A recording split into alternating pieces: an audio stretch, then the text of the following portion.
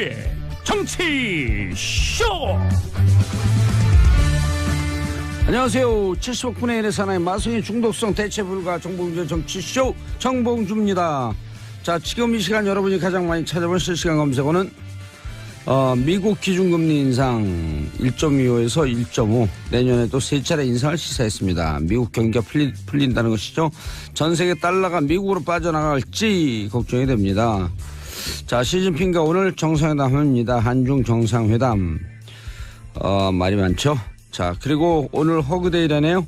12월 14일 오늘은 허그데이. 소중한 사람을 안아주세요. 그래서 우리가 이 중에 봉도사고 실시간 검색어는 시진핑과의 정상회담입니다. 자, 그래서 우리가 허그데이인데 목요일 첫 곡은 미스터 빅이 부르는 큰 아저씨가 부르는 To be with you, 당신과 함께하고 싶어요. 정봉주의 정치쇼 1부 순서 들어가겠습니다. 자, 오늘 1부는 뉴스 브리핑이죠. 자, 이제 아주 고정적인 자리로 코너로 자리를 잡았어요. 한겨레 21 하영 기자 자리하셨습니다. 네, 안녕하세요. 한겨레 21 하호영입니다. 예. 자, 대선 기간에 많은 그 안티 세력이 있었는데 여기 나오면서 많이 좀 줄었다고요? 아, 그런가요? 예. 이제 안티 세력이 아니라 하호영 기자를 좋아하는 팬들로만이죠. 기사 잘 쓰세요. 열심히 아셨죠? 노력하고 있습니다. 예. 예. 노력한다고 잘 될 보장은 없지만. 자, 뉴스 브리핑 첫 번째 뉴스. 북미 대화의 급진전 분위기가 보이기 시작하는데요. 제가 4개월 전서부터 5개월 전서부터 예견했죠. 그렇습니다. 2월 3월 되면 급진전돼서 대화의 분위기가 온다고. 국제적인 해안. 예. 그때부터 보였죠. 그렇죠. 지식은 외부로 오지만 지혜는 안으로부터 온다. 그렇죠. 대화로 가는 분위기가 이제 드러나고 있는 겁니다. 그럼요. 틸러슨이 조건 없는 대화를 얘기했죠. 그렇죠. 본격적인 대화를 위한 사파 싸움이냐 아니면 간복이냐 뭐 이런 분석도 나오는데요. 어쨌거나 국무장관이 직접 나서서 이런 이야기를 했다는 것은 매우 이례적입니다. 미국의 국무부 장관이면 대한민국 외무부 장관 격이고요. 외무부 장관에다가 국무총리 역할을 더한 거죠. 아하. 이야, 근데 틸러슨이 뭐라 그랬어요? 날씨 얘기를 할 수도 있다. 뭐 이런 얘기를 했거든요. 오호. 나와라 이겁니다. 그렇죠. 처음 만나면 서로 첫 번째 덕담이 날이 많이 추운데. 그렇죠. 예. 아하. 일단 만나자. 예. 당신이 원한다면 우리는 날씨 얘기를 할 수도 있다. 어허. 또 당신이 흥미를 갖는다면 우리는 테이블이 사각형인지 둥근지도 얘기할 수 있다. 이야. American joke. 그렇죠. 예. 최소한 서로 얼굴을 보고 앉아야 우리가 향후 어떻게 일을 해나갈지 로드맵을 펼치기 시작할 수 있는 거 아니냐. 예. 라면서 적극적으로 말하자면 구애를 시작한 겁니다. 그렇죠. 그래서 틸러슨 대화 제의는 2부 아빠들의 왕수다에서 자세히 할 계획이니까 간만 살짝 그렇죠. 보고. 예, 지금에서 간보기를 좀 했습니다. 그래서 북한의 태도는? 북한의 태도는 또 아주 당당합니다. 예. 어제입니다. 조선중앙통신이 보도를 했는데요. 예. 북한 김정은 노동당 위원장이 국방 분야 과학자하고 기술자들이 모인 자리에서 국가 핵무력 완성을 위대한 역사적 승리라고 선언하면서 세계 최강의 핵강국으로 나가자 이렇게 강조했습니다. 자, 근데 선우가 중요하죠. 네. 어느 걸 먼저 얘기했냐? 틸러슨이 먼저 얘기했냐? 김정은이 얘기했냐? 김정은이 먼저 얘기하고 틸러슨이 뒤에서 얘기한 거 아닌가? 시간 순으로 보면 김정은이 먼저 얘기했습니다. 그렇죠. 그러니까 틸러슨에 대한 답변은 아직 없다. 그렇죠. 오케이. 없고요. 김정은이 있었던 자리를 보면은 군수 공업 대회라고 하는데요. 지금까지 군수 공업 대회가 공개된 건 처음입니다. 알겠습니다. 자, 여기까지. 감질나게. 네. 아하. 자, 그리고 다음 뉴스. 김태효 얘기를 좀 해야 할 것 같아요. 예상은 좀 했습니다만 또 막상 영장이 기각되니까 허무하다라는 반응이 대세를 이룹니다. 서울중앙지법 강부영 영장 전담 판사고요. 판사입니다. 객관적 증거 자료가 대체로 수집됐다. 그리고 주요 혐의 사실에 대한 피의자의 역할 및 관여 정도가 피의자 스스로 다툴 여지가 있다. 그리고 관련된 공범들의 수사 및 재판 진행 상황을 고려할 때 구속의 사유와 필요성, 상당성을 인정하기 어렵다. 라면서 구속영장을 기각했습니다. 무슨 말인지 잘 모르겠어요. 여기서 주목할 만한 부분은 이 부분인 것 같아요. 관련된 공범들의 수사 및 재판 진행 상황. 이 공범이 누구냐면요. 추명호가 아니죠. 김관진 전 장관. 김관진 전 국방부 정책실장인데요. 법원이 일단 스텝이 좀 꼬인 상황에서 어쩔 수 없이 내줬지 않았느냐라는 분석도 나옵니다. 어떤 이야기냐면요. 김관진 전 장관 석방에 따른 영향이라는 건데요. 범죄 혐의가 소명돼서 이미 소명된 상태에서 구속된 사람들도 석방이 됐는데 같은 혐의의 피의자를 구속시키는 게 부담스러웠다는 거죠. 김관진 구속적 부심 석방이 후폭풍이네요. 그렇죠. 후폭풍이죠. 그러니까 말하자면 더 잘못 있는 피해자들도 풀어준 마당에 예. 김태호 구속하는 게 좀 어렵지 않았을까 이런 분석인데 그건 그렇다고 하더라도 어쨌거나 이 영장이 계속 기각되는 것에 대해서는 여론은 굉장히 좋지 않습니다. 심지어는 검찰발 이런 얘기까지 나와요. 내년 그 2월이 설인데 예. 이번엔 법원 인사가 좀 빨리 있을 것 같다. 1월 말쯤 있을 것 같다. 예. 법원 인사를 지켜본 뒤에 영장 청구해야 되는 거 아니냐라는 얘기가 나올 검찰청에서 나올 정도로. 예. 예. 너무 대놓고 구속영장 기각하는 거 아니냐. 그렇죠. 예. 사법기관 내부에서 이렇게 서로 간의 신뢰가 무너진 상황을 본다는 것은 국민들로서는 좀 많이 안타깝고 예. 빨리 시정이 돼야 합니다. 이건. 권순호 그다음에 오민석 부장판사 그다음 예. 강부영 판사 예. 이분들은 이제 그 내년 인사 이동이 끝나고 난 다음에 이제는 변호사를 만나게 되는 건가요? 그렇게 되는 건가요? 그렇게 얘기해도 되는 건가요? 예, 아니요 물어보는 거예요. 예, 저한테 물어보시는 건가요? 한참도 못 볼 수 없는 사람의 인생인데. 그렇죠. 예. 자리에 있을 때 잘하십시오. 예, 멀지 않았습니다. 예, 영장 전담 판사가 그 판사의 지위로서도 꽤 높은 자리입니다. 그럼요. 예. 영장 전담 판사가 승진의 길목에 있는데. 그렇죠. 예. 김명수 대법원장이 재밌는 얘기했잖아요. 고등법원 부장판사가 승진 개념으로 보지 않겠다. 예. 뭔가 의미하는 거죠. 그렇죠. 순환 개념으로 보겠다. 예. 빠이빠이야 떠나는 사람한테 그렇게 얘기해 주는 게 맞죠. 예. 예. 하지만 당장은 굉장히 여론도 좋지 않고 도저히 납득하기 좀 어려운 한 달 남았습니다. 판단들이 계속 나오고 있습니다. 예, 한 달 남았습니다. 영장 전담 판사로서의 칼을 휘둘 날이 한 달 며칠밖에 안 남았으니까 마음대로 휘두르십시오. 어디까지 가나 한번 봅시다. 예. 지켜보겠습니다. 그 다음은 최경환 의원 얘기를 좀 해야 할 것 같습니다. 예, 국정원 1억을 집무실에서 받았다는 겁니다. 그러니까 보통은요 이렇게 그 뇌물이 전달될 때는 은밀하게 주고받는 경우가 많지 않습니까? 근데 이 돈 같은 경우에는 부총리 시절 집무실이라는 공적인 장소에서 그것도 국정원 금고에서 5만 원짜리 뭉치를 꺼내서 만든 다발을 받았다는 진술이 있다는 건데요. 그 2014년 10월입니다. 이병기 전 국정원장이 당시 기재부 장관 겸 경제부총리였던 최경환 의원에게 국정원 특수활동비를 상납한 상황이 드러난 겁니다. 당시에는 이현수 전 기조실장을 시켜서 돈을 준비시켰는데요. 국정원 금고입니다. 금고에 이렇게 돈이 많은가 봐요. 금고에 보관 중이던 5만 원권 100장을 한 묶음으로 만들었고요. 그 100개씩 5천만 원을 한 다발로 2다발 1억 원을 준비해서 들고 갔다는 겁니다. 그리고 이병기 전 원장이 최 의원에게 이현수 기조실장이 찾아갈 때니 한번 만나보라는 뜻까지 전달했다고 합니다.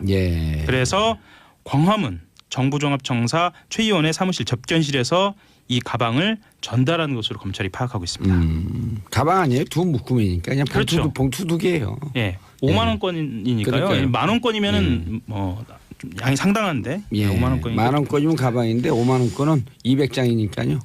100장 두 묶음, 봉투 두 개. 또 5만 원권은 옛날 100만 원보다 좀 작아졌잖아요. 작아졌죠. 옛날 만 원짜리보다. 그렇다면 이 최경환 의원 같은 경우에는 신병 처리가 어떻게 되느냐 이거에 대해서 관심도 좀 높아진 것 같은데요.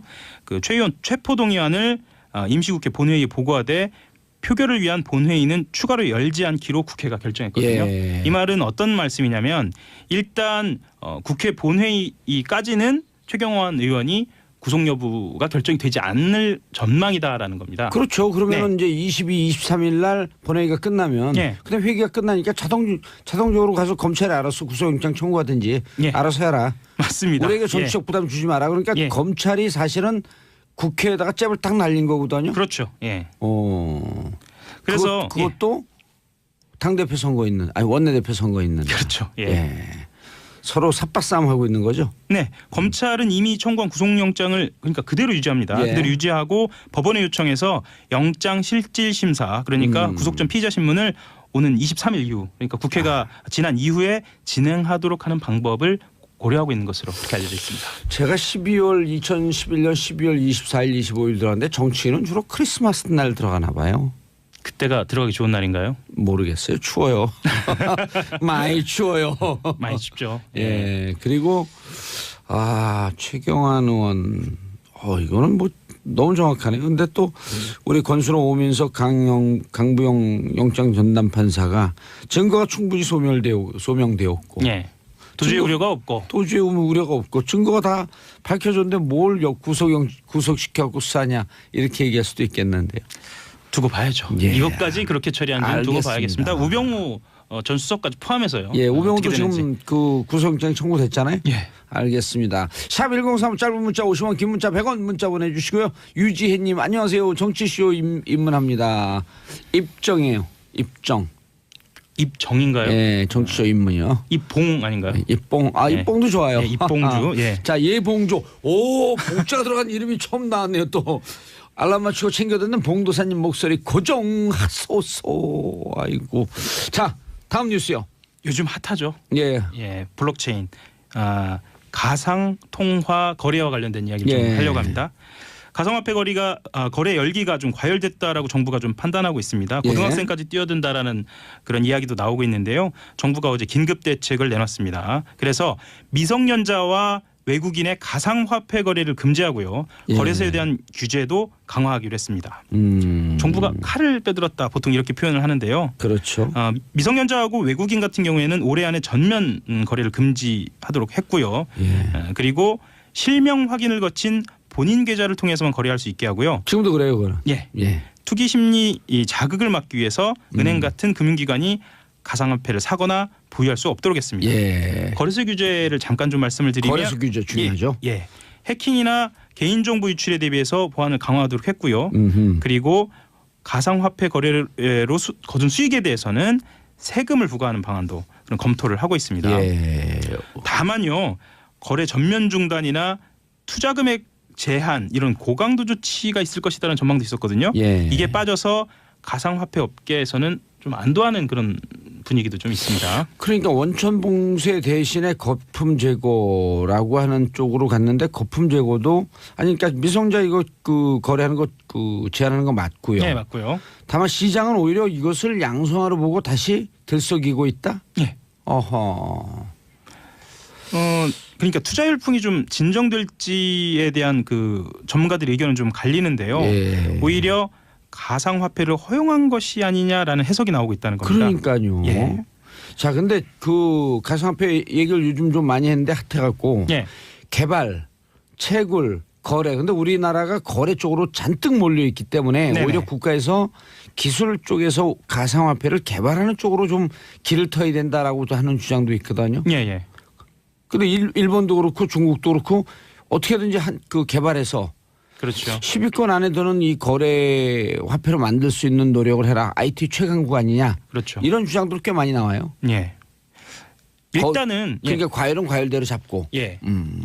일단은 지금 방향에서는 최소한의 조치로 보이긴 합니다. 최소한의 조치. 좀 더 강력한 그러니까 이게 자꾸만 투기, 사기, 그 자금 세탁 이런 건 다 잡아야 되거든요. 그렇죠. 그래서 정부 대책만으로는 시장에 브레이크를 걸기는 일단은 좀 부족해 보인다는 시선이 있고요. 그리고 한국 투자자들이 정부 규제가 생각보다 세지 않다고 생각하면은 가상통화 수요가 늘 수도 있습니다. 그래서 오히려 해외 시장보다 가상통화 가격은 높아질 수 있다는 전망도 나옵니다. 현재도 지금 계속 높게 형성이 되고 있어요. 그렇죠. 뭐 분단위 초단위로 이 널뛰기를 해서요. 그렇죠. 그리고 조금 높죠. 이제 그 시카고 옵션 시장에 등재되고 거래가 되고 난 다음에 미국과 우리나라 거래 가격이 좀 비슷해지고 있다. 이런 얘기도 있고요. 자, 그리고 대검 시간이 다 됐는데 그래도 잠깐 PD 수첩 얘기를 잠깐 할까요? 그 이명박 정부 당시에 대검찰청 수뇌부가 2008년 서울중앙지검의 PD 수첩 수사팀에 기소하지 않아도 되니까 제작진을 체포하고 압수수색하라라고 지시했다는 겁줘라. 그러니까요. 이게 정말 이래서는 안 됩니다. 동네 깡패도 아니고 이게 뭐 하는 겁니까? 이게 공권력을 가장한 국가 폭력이거든요. 그럼요. 이건 철저하게 좀 조사를 해야 할 것 같습니다. 이게 지난 12일 출범한 검찰 과거사위원회의 최우선 조사 대상으로 뽑히고 있습니다. 이게 사람들 감이 없는데 이런 거예요. 우리 동네 음식점 잘 되고 있고 정말 양심적으로 사업하고 있는데 동네 세금 안 낸다는 거에 말 안 듣고 우리가 조폭이 갖고 야 그거 책상 때려 부시지 말고 때려 뭐 점잖게 갖고 그냥 무력 시위나 한번 해. 큰 소리 한번 치고 장사 못하게 이런 거랑 똑같은 거예요. 국가기관이 조폭짓을 한 거예요. 그렇죠. 당시 이명박 정부가 그렇게 나섰고 검찰이 부안해동했다는 거죠. 아니 거기에 무릎 꿇고 졸졸 쫓아갔다는 거죠. 뭐 그렇죠. 무슨 부안해동에 멋있는 얘기 쓰지 마세요. 자 하영 기자님 인사하시고요. 감사합니다. 한겨레신 하영이었습니다. 저희는 2부 아빠들의 왕수다로 돌아옵니다. 채널 고정하소서. 수 자료를 준비하고 계시대요? 네, 항상 손수하고 있습니다. 손수하고 있어요? 네. 손수? 자 고현준 만평 작가 리포터. 네 안녕하십니까 고현준입니다. 아니 4.13 총선 때 같이 했어요 방송을. 네네. 그때 무척 유명한 리포터로 내가 알고 있었고 저런 사람하고 이제 방송 한번 해야 되겠다. 근데 어느 날 여기 보니까 듣보잡이 딱 나타난 거예요. 근데 이분은 누구지 봤더니 제가 그때 존경했던 바로 그 리포터였던 거야. 제가 뭐 항상 말씀드리잖아요. 24시간 365일 90중입니다. 꾸준히. 그때 공항에서 리포터하고 그랬어요. 네네. 그러면서 지금 어디 나가세요? 해외 나가세요? 다 이미 짠 사람들한테. 아니요. 처음 본 척하고. 저는 그렇지는 않습니다. 그래요? 네. 아니 그 중에서 예를 들어갖고 그 일하는 사람이면 어떡할 거예요? 뭐 그 정도는 알죠. 그래요? 진짜 안 짜고 하나요? 저는 안 짜고요. 대부분의 분들이 세팅을 하는 경우가 많은데 저쪽에서 오라고. 저는 아니에요. 여기는 알겠습니다. 짜지 않고 세팅을 했다? 아니야. 아니 이거 현장에서 전화하지 않았지만 딴 사람이 해줬다. 그런 것도 없어요. 그러니까 만약 있을 수도 있는데 그런 분들이 있다 하더라도 그건 너무 재미없잖아요. 현장성이 없으니까. 근데 헤드밴드를 왜 했어요 오늘 뭐? 이게 헤드밴드. 머리에 왁스를 발라가지고 BTS예요? 내려가면 안 되니까. 이렇게 쓰면 좀 없어 보일까봐. 눌려. 머리 망가지니까. 그러니까 제가 이거 왜 안 쓰는지 알겠죠? 헤어스타일 때문에. 날마다 이거 몇만 원씩 주고 하는 거예요. 아침에. 돈을 드린 거예요? 그럼요. 안 드린 거하고 똑같죠? 자 아빠들의 왕수다. 지난주 반응 좋았어요. 너무 재밌다고. 우리 집사람이 댓글 올렸어요. 저희도 항상 씁니다. 자, 첫 번째 뉴스 손수 변호사님. 네. 박 전 대통령과 최순실의 대화 녹음 파일이 공개됐다. 그렇습니다. 결정타예요 또. 이게 재판이 막바지 아니겠습니까? 네, 이제 구형을 하고 결심 공판이 진행이 되면 이제 다음 단계는 선고인데요. 굉장히 재판 후반부에 늦은 시기에 공개됐어요. 네, 판사에게 아주 강인한 인상을 줄 수 있는. 이게 원래는 이게 증거 조사거든요. 재판 초반부에 해야 됩니다.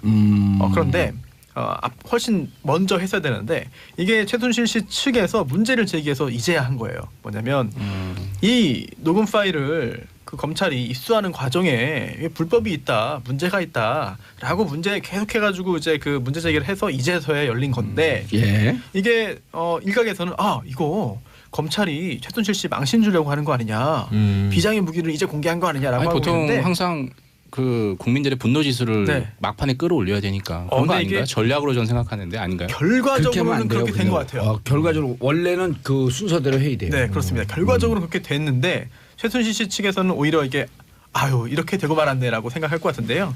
내용들을 살펴보기 전에 이게 그러면 모든 재판에서 녹음 자료 있으면 다 재생을 하나? 틀어보나? 궁금하실 분들 계실 텐데 그렇지는 않습니다. 이게 원칙은 이게 증거조사의 그런 내용들이 형사소송 규칙에 있는데 증거를 쭉 이제 이렇게 검찰 측에서 증거를 항목을 쭉 내면 그 변호사 측에서 부동의하게 되면 그 증거를 채택을 못 하잖아요. 그렇죠. 그다음에 조사하게 되는데 역시 그 살아있는 경험에 있어. 생생하네 아직까지. 증거를 내면 다 받아들이는 줄 알아요 사람들이. 그렇습니다. 이 녹음 파일은요. 녹음 자료의 증거 조사는 재생해서 청취하는 방법으로 한다라고 규정이 되어 있어요. 그래서 원래는 다 들어보는 건데 보통 이제 그렇게 하지 않고 녹취록으로 다 풀어서 녹취록으로 검사가 서면으로 제 절차에서 써서 내는 걸로 그냥 끝내는 경우가 많습니다. 하지만 워낙에 중대한 사건이고 또 그리고 이 녹음 자료의 입수 과정에서 문제를 제기하니까 결국은 다 이제 방청석에서 들을 수 있을 정도로 청취를 한 거죠. 중요한 게 또 내용 아니겠습니까? 내용 들어보셨습니까? 못 들었죠. 어제 뭐 TV를 통해서 나왔었죠. 사실 글로 보는 것보다 진짜 이게 녹음 내용이 와 정말 이런 일이 있었나 싶을 정도로 필이 살아있더만요. 그렇습니다. 좀 이거 끝나고 한번 들어봐야겠는데. 아니 누가 봐도 이거는 누가 봐도 최순실 씨가 회의의 주재자예요. 그래서 대장이지, 실제로 대장. 해외 아니 이럴 때면 우리 PD님은 이런 걸 딱 준비하고 쫙 한번 중간에 틀어주면 좋을 텐데. PD가 바빠요, 근데. 고현준 만평 작가님께서 제가 볼 때는 성대모사를 한번 해주시지 무슨 않을까. 성대모사예요? 성대모사 뭐예요? 성대모사 못해요? 정호성 여기 연대 나왔어요. 연대 저죠 그런데 안 나왔어요 저. 네. 이게 내용이 박근혜 전 대통령이 죄송합니다 최순실 전 대통령이라고 할 뻔했어요. 마음속으로 그렇게 생각하고 계시군요. 섹시해. 박근혜 전 대통령이 해외 순방을 나가는데 그 전에 그냥 나가면 이거 좀 밋밋하다. 그러니 이제 수석 보좌관 회의를 열고 거기서 이야기를 하고 나가라라고 하는 내용으로 최순실 씨가 코치를 하죠. 그래서 실제로 전화로 쓸수 있는데 전화로 실제로 회의가 열립니다. 3자 전화가 이루어졌어요? 3자 통화도 있죠. 네, 3자 통화가 있나? 예, 아니 어쨌든 대화가 있죠. 대화죠. 통화가 아니라. 네. 그리고 경제 부흥이라는 단어를 쓰면 좋겠다라고 하니까 좋다. 박근혜 전 대통령이 경제 부흥 이렇게 하니까 그렇게 하자라고 해서 그게 정말로 박근혜 전 대통령의 발언에 들어갑니다. 웃긴 게 4대 국정 기조 중에 하나였죠. 그렇습니다. 경제부. 그러니까 저녁에 있는 삶 그거 전대 손학규 뭐 이런 얘기가 있어요. 그러니까, 맞아요. 그거는 기사로 봤어요. 거기다 뒤에다 대고 그럼 어떻게 하냐면 경제 부흥을 너무 좋겠다 그랬더니 경제 부흥이 너무 좋다는 거예요. 누가? 최순실이. 그건 너무 좋아. 그게 바로 그냥 정해져 버린 거 아니에요. 그리고 또 정호성 전 비서관이 옆에서 계속해서 그러면 제가 체크하겠습니다. 그러면 제가 어떻게 하겠습니다. 뭔가 지시사항을 받고 그걸 정리하는 듯한 느낌이 계속 들거든요. 그러니까 박근혜 전 대통령은 계속해서 좋다 그러고. 이거 가만 생각해 보면 저희끼리 얘기할 때 우리 봉도사께서 최순실 역할이고 저희는 뭐 백날 떠들어봤자 한마디 하시면 그거 좋다 그러면 그냥 그렇게 해야 되잖아요. 거기까지면 박근혜 전 대통령인가요, 그럼? 아니 난 안 할래 그거. 아니 그리고 이제 우리가 다 사람이 정리하고, 맡은 역할별로 되면 안 되는데 다 정리해갖고 나가면 PD가 하지 마요. 그럼 네. 실제로 정호성 전 비서관이 최순실 씨와 통화하면서요. 톤을 어떤 식으로 이렇게 합니다. 톤을 어떤 식으로? 그게 결국 박근혜 전 대통령이 어떤 톤으로 이야기를 하는 게 좋습니까? 라는 것까지 질문을 하는 거고요. 구체적인 것까지 이제 방침을 듣고 그에 따라 가지고 박근혜 전 대통령이 이야기를 했다는 건데 굉장히 큰 충격일 수밖에 없죠. 그리고 또 최순실 씨가 정치에도 상당 부분 관여라기보다는 정치에 관련된 그런 그 의견도 피력을 하는데요. 당시에 이제 당시 야당이 예산안 처리에 협조하지 않는 상황을 비판합니다. 그리고 결국은 대통령도 그에 따라서 이제 비판 메시지를 내는 것이고요. 여기에 대해서 참 그 내용은 직접 들어보시면 참 경악할 만한 부분이 있고 또 한 가지 말씀드리고 싶은 게 이게 최순실 씨의 변호인이 이경재 변호사잖아요. 어제도 이런 말을 했습니다. 법정에서. 아니 이거는 최 씨의 정치적 식견을 받아들여 가지고 조언을 구한 거에 불과하다라고 말을 했고요. 또 이게 최순실 씨의 아이디어에 따라서 국정기소를 정했다는 거는 이거는 대통령을 압도적으로 당선시킨 유권자들을 모독하는 것에 가깝다라는 말을 했는데 그리고 또 녹음을 듣고 나서요. 같이 듣고 나서 아니 이게 목소리만 듣고 누가 말한 건지 어떻게 하냐? 라고 이의를 제기했지만 재판장은 누가 들어도 알겠는데 라고 해서 들었습니다. 이게 이경재 변호사 입장에서도 물론 변호사가 변호 활동할 때는 최선을 다해서 하는 것이고 나중에 객관적으로 볼 때는 너무 무리한 거 아니냐, 말도 안 된다라는 비판받아도 해야 될 때가 있습니다만 변호사들 그럼 변론할 때 민망하지 않아요? 민망하죠. 네. 민망합니다. 하지만 뭐 민망하더라도 일단은 일은 하는 건데 변호사의 임무잖아요. 책무잖아요. 게다가 형사재판 같은 경우에는 최순실 씨 의뢰인이 바로 옆에 있잖아요. 더 민망하지만 더 열심히 해야 됩니다.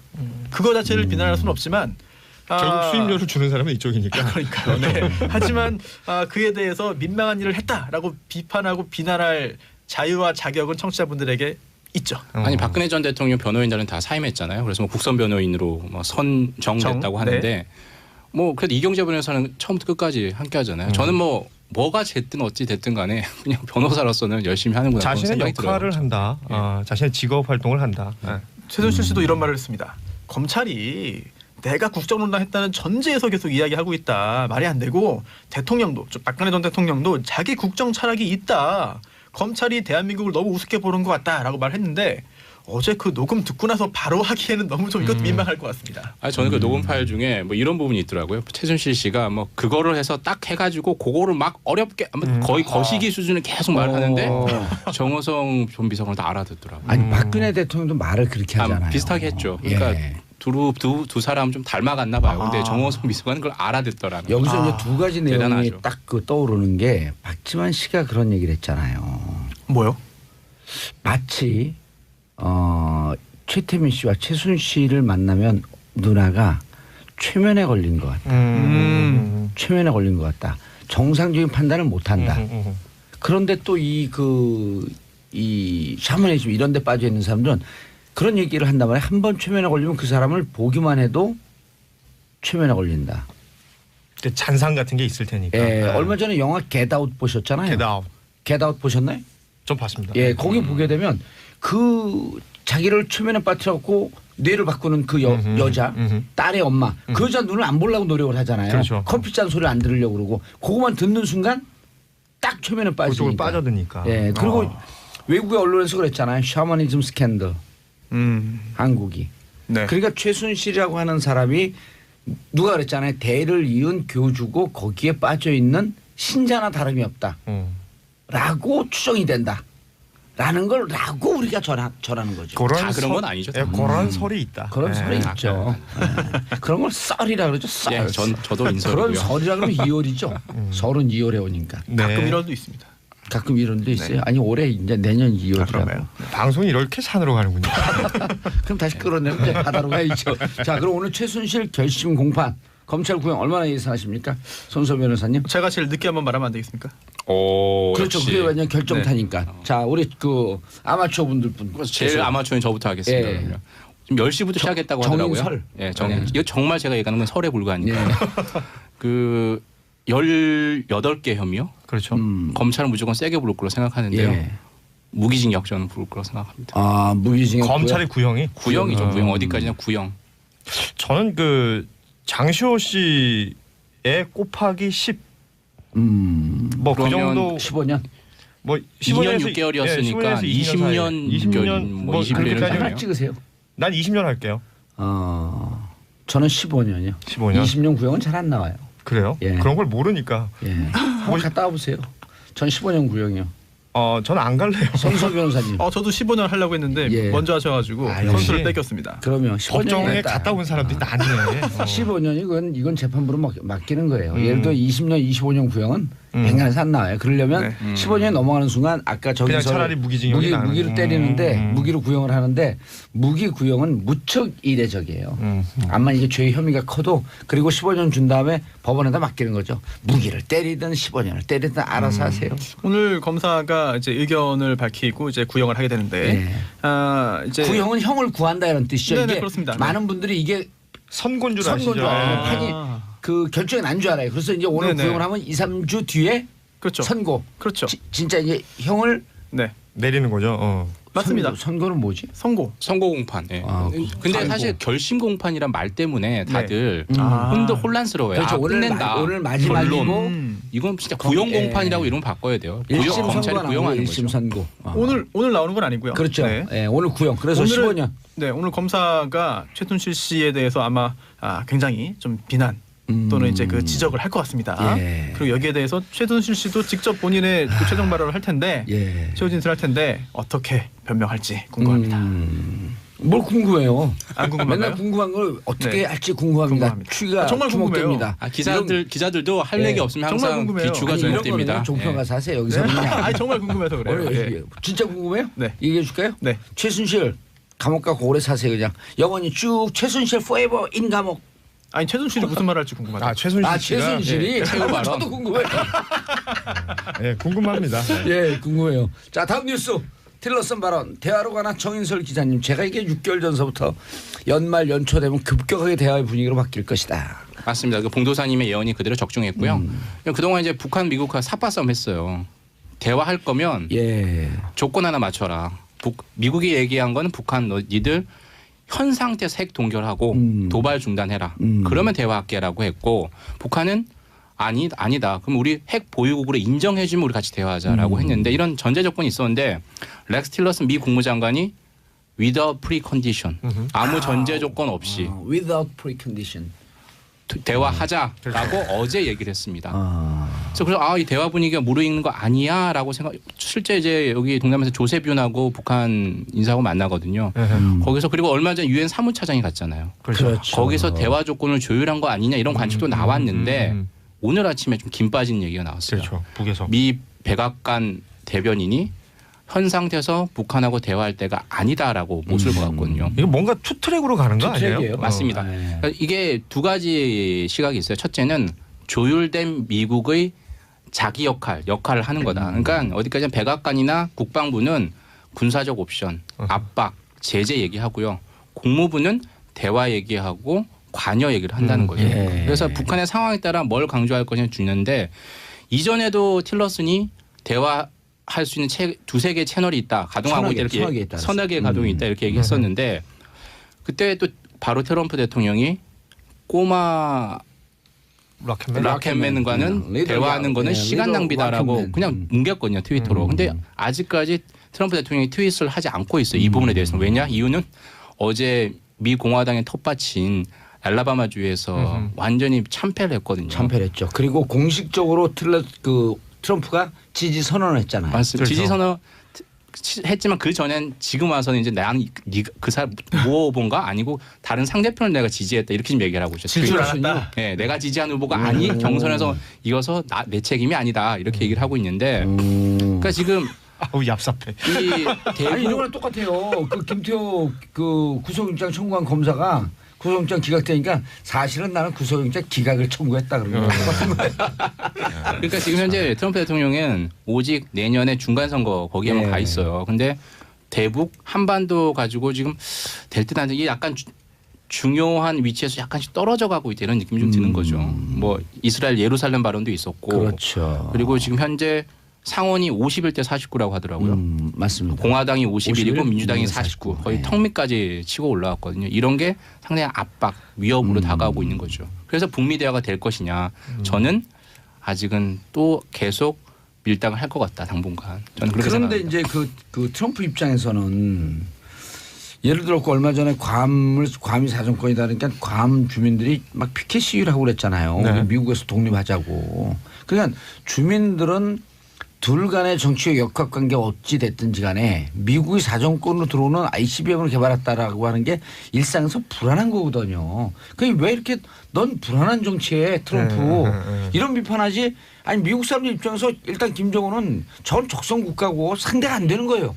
거기 비판하면 소용이 없어. 그런데 이걸 자꾸 이런 상황으로 갖고 가는 트럼프가 불편한 거예요. 그러니까 정치를 못한다고 생각하는 거죠. 못한다고 생각하는 거죠. 예? 우리 이거 방송 듣고 있는데 재미없어 자꾸만 다른 청취자가 틀면 방송 못하는 거 아니에요? 그럼 PD가 나가면서 내일 그만 오세요. 빠이빠이. 야 그럼 저는 땡큐 그러고 가죠. 오늘 흥이 많이 오르셨는데. 그러니까요. 예. 아니 아까 제가 왜 그랬냐 일부에서 네. 영장 전담 판사 내년 2월인데 인사가 빨라졌고 1월 말쯤 할 거거든요. 그래서 계속 빠이빠이 하는 거예요. 네. 그러니까 2달 남았다. 2달 안 남았어요. 10월 다 간 거예요 이제. 그러네요. 검찰 내부에서 전담 판사 바뀐 다음 수사한다는 얘기가 파다해요. 그러면 이게 뭐예요? 사실 그럼 코미디 아닌가요? 영장 전담 판사 인사에 따라서 검찰 수사 일정이 바뀌고 이러면 그러니까 이건 법원 정신 차려야죠. 법원 그런 개혁의 건가요? 한 사례예요.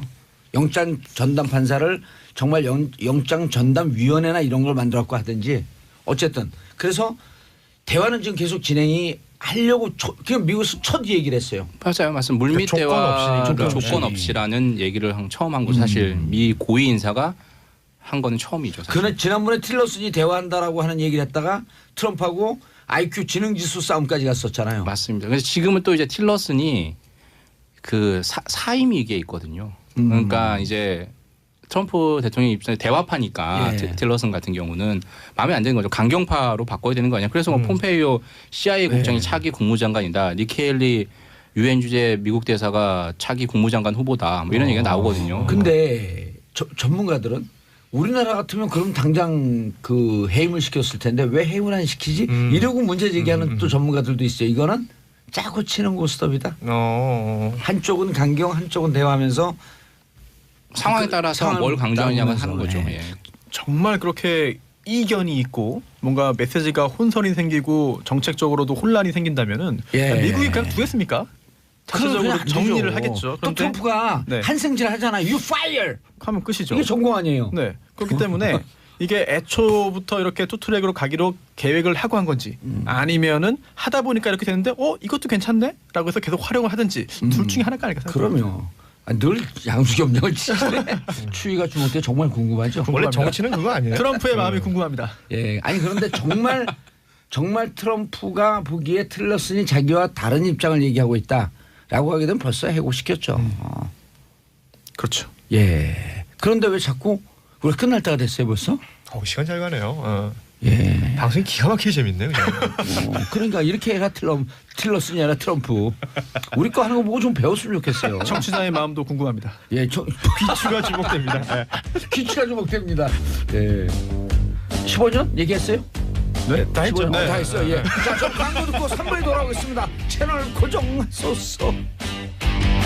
홍봉재 정치쇼 3부 순서 들어가겠습니다. 아빠들의 왕수다. 정인설 한국경제신문 기자, 손소 변호사, 고현준 만평 작가 함께하고 계십니다. 자, 안내 말씀입니다. 오늘 11시 기준으로 거제, 창원, 울산, 부산 지역에 건조경보가 발효되었습니다. 여기는 또 지난번 또 지진까지 난 지역이었었는데요. 저의 지역구이기도 합니다. 여기. 어디 지역이에요? 저 창원입니다. 지역구라 그래서 현역 의원인 줄 알았어요. 출마 준비하십니다. 예. 지역 주재 기자도 갈 수 있는 거죠. 그렇죠. 자, 건조 경보가 발효되었고요. 화기 취급할 때 각별히 주의하시고요. 산에서는 성냥이나 담배 같은 영양성 물질을 소지하지 마시기 바라겠습니다. 산불 발견하면 즉시 119 신고고요. 그리고 이럴 때 정말 조심해 주셔야 되는 게 혹시라도 화재가 나게 되면 지금 가뜩이나 초우도 안 좋은 소방관 이런 분들 이 날씨 추운데 물하고 싸워요. 다 얼어버려요 몸이. 그렇죠. 그래서 화재 나지 않게 조심하고 또 우리 주위에서 이렇게 고생하시는 공무원들 그리고 공무원 인상 반대했던 자유한국당 의원들 좀 반성이 마시고요. 진짜 깨알 같네요. 자, 빠지질 않아요. 빠지질 않아요. 아빠들 왕수다 너무 재밌고 유익해요. 아니 이게 정치적 입장을 떠나갖고 이번에 9,450명인가요? 9천 그 중앙직 공무원. 네. 이분들 다 현장직 공무원이에요. 네. 교사, 그다음에 경찰관, 소방. 9,475명이었던 것 같습니다. 택배요. 택배명. 9,400 한 50명에서 75명. 50에서 500 줄다리기 하다가 75명. 중간으로 하자. 9,475명. 9,475명. 전국적으로 24,475명. 지방직 그다음에 다 보직 포함해서. 다 포함해서. 그분들 다 현장직이에요. 예. 그래서 새롭게 공무원 되시는 분들도 또 국민을 위해서 열심히 활동해 주시고요. 자, 다음 이슈. 어제 정부가 전월세 난민 정책을 위한 정책, 뭐 이렇게 얘기해서는 임대 활성화 대책이라고 했죠. 예. 전세 월세 사시는 분들의 두 가지 항상 두려움이 있잖아요. 떠나야 한다라는 거, 다른 데로 이사 가야 한다는 거, 그리고 이사 가기 싫으면 보증금을 올려주거나 월세를 올려줘야 되거나 이 두 가지 어려움이 있는데 그래서 이걸 좀 막아주기 위해서 원래 전월세 상한제 이거 자체가 이제 전월세 금을 좀 못 올리도록 하는 거거든요. 그리고 또 계약갱신 청구권, 계약 기간을 연장할 수 있는 이 두 가지가 나오지 않겠냐라고 했는데 정부는 어제 이걸 직접적으로 하지 않고 간접적으로 했어요. 집주인들이 그러니까 임대 사업자 맞죠. 집주인들이 임대 사업자들이 이런 형태로 가게 하자라고 해서 등록 임대 사업자로 등록을 하면 혜택을 줄 테니까 요 의무를 지켜라 하는 거예요. 그러니까 연간 5% 이상 못 올리게 하고 전월세 보증금 같은 경우에 그다음에 4년, 8년 이렇게 유지를 하게 했거든요. 그러니까 4년 지금은 계약 기간이 보통 2년이잖아요. 그러니까 4년은 이사 안 가게 해주고 8년을 하면 더 많은 혜택을 주니까 8년간 세입자들도 이사 가지 않게 해주는 그런 효과를 하려고 하는데 현재 지금 임대사업자로 등록한 비율이 12%, 13% 정도밖에 안 되거든요. 전체 임대사업자 중에. 그러니까 이 사업자를 등록을 하게 하는데 여러 가지 당근을 줬습니다. 근데 이 당근으로 과연 등록을 하지 않은 임대사업자들이 등록을 할까? 이 부분에 대해서는 지금 뭐 전문가들마다 의견이 좀 엇갈리는 거죠. 기존의 집주인들이 임대사업자 등록을 안 하는 이유는 뭐예요? 세금 때문이죠. 세금이죠. 또 건강보험료가 확 오를 수가 있습니다. 보험료는 또 세금 따라 같이 연동해서 오르는 거니까. 그런 것 때문에. 근데 그리고 세금을 그냥 뺏기는 돈이라고 생각을 해요. 세금은 다 다시 나한테 돌아오거든요. 낸 세금들이. 근데 이제 주로 그 집주인들이 그 임대사업자 등록하게 되면 이제 임대사업자는 세금이 좀 높더라고요. 그렇죠. 예. 세금도 높고 결국 자기 소득이 노출되니까 그런 걸 좀 그 두려움이 제일 크죠. 예. 그리고 이제 소득세도 요것만 해서 내는 게 아니라 보통 종합소득세를 내거든요. 그러니까 임대소득과 그렇죠. 포함해서 다른 소득까지 합해서 누진이 되니까 맞습니다. 그러니까 이른바 과표라고 하죠. 이 과표가 올라가니까 이게 두려운 거죠. 사실 그래서 많이 이렇게 등록을 하면 그만큼 세금을 깎아줄게. 아까 손 변호사 말씀한 것처럼 건보료를 깎아줄게라고 이번에 제시를 했어요. 연간 임대소득이 2천만 원이 초과한 사람들 원래 지금 부과를 했고요. 그렇죠. 2천만 원 이하인 사람은 원래 내년까지만 일몰 해서 2018년까지 그 세금을 안 걷고 그 이유는 원래 세금을 걷겠다라고 했어요. 근데 그걸 연장을 해준 거죠. 그래서 등록을 해라라고 하면 이제 많은 혜택을 줍니다. 그래서 뭐 한 1,303 연간 임대소득이 1,330만 원 전까지는 등록을 하면 거의 뭐 건보료나 세금이 오르는 거 없이 그런 혜택이 있으니까 등록을 하면 다만 아까 이게 등록하면 전월세 상한제에 준하는 연 5%만큼밖에 안 올리고 최소 4년 아니면 8년 정도의 그 계약 기간은 유지해라. 동시에 이래서 전월세 어떤 난민들을 위해서 좀 보호를 해주는 대책이 같이 병행이 된 거죠. 반응은 어때요? 크게 사람마다 엇갈리는데 제가 보기엔 그거 같아요. 이번에 같은 경우에 이제 이런 세금 혜택, 세금이라는 게 재산세, 소득세, 양도세거든요. 제일 큰 게 양도세입니다. 근데 양도세 같은 경우 혜택을 주는 그 기준이 6억 원 이하, 지금도 6억 원 이하여야 돼요. 근데 이걸 계속 유지를 했어요. 근데 이제 강남권에 이제 집이 있는 사람들은 6억 원 공시지가 기준이긴 하지만 실거래가는 8억 원 이상이겠죠. 그 이상인 주택들이 많으니까 그다음에 그렇죠. 해당 사항이 없는 거죠. 그러니까 뭐 강남 3구라고 하는 뭐 강남구 서초구 송파구에 있는 사람들을 볼 때는 등록할 메리트가 없네 이렇게 생각할 수 있는 거죠. 그 외에 사실은 거기가 해야 되는데 이제 그 외 다른 주택 같은 경우에는 특히나 그 노년에 은퇴를 하고 임대소득으로 좀 용돈을 벌고 있는 분들은 등록할 만한 충분한 메리트가 있는 것 같아요. 왜냐하면 건보료 폭탄이 제일 무섭거든요. 하긴 다달이 나가는 돈이 피부양자 내지는 지역가입자로 지금 돼 있는데 이 임대소득이 이제 2천만 원, 1,330만 원에서 2천만 원 사이에 걸리면 자칫 잘못하면 건보료 폭탄을 맞게 되거든요. 그래서 임대사업 등록을 하게 될 텐데 이제 주로 이제 지역별로 온도차가 나는 것 같고 특히나 이제 항상 집값 불안의 진원지가 항상 강남 3구잖아요. 그렇죠.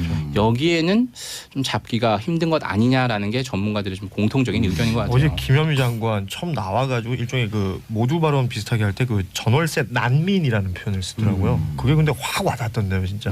전월세 난민. 그러니까 이번 처음 쓴 표현인데. 그러니까 어디 그 난민이라 함은 뭐 본인이 의탁할 나라가 없거나 보트피플이죠, 보트피플. 그러니까 그런 것들을 난민이라고 하는데 이 대한민국에는 전월세 난민이라는 것이 있다. 뭐 그 얘기를 하면서 이 정책 발표를 하시더라고요.